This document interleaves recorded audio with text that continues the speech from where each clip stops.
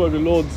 Ich habe 180 Euro Uber ausgegeben, 50 Euro für eine lange Hose, weil mir gesagt wurde, ich soll eine lange Hose tragen. Und nochmal 30 Euro für zurück.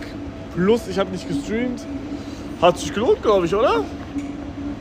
Und morgen geht es dann ab nach Hamburg, morgens um 9. Und ich versuche 2 Streams zu machen. Bruder, Motherfucker rennt hier, Digga. Du schaffst es!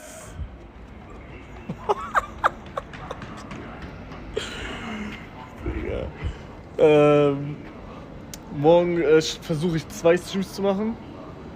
Einmal IRL-Stream auf Hamburg. Ich habe nämlich extra mein IRL-Backpack eigentlich mitgenommen zum IRL-Stream. Habe ich aber irgendwie nicht gemacht. Plus, ich habe jetzt Updates bei meinem Backpack. Ich habe einen Lüfter da irgendwie reinbekommen. Selber. Bruder, ich habe legit einfach mit einem Messer da reingeschnitzt. So ein Quadrat, so pipapo. Digga, ich habe nicht mal irgendwie mit Stift irgendwas gemacht. Ich habe einfach pipapo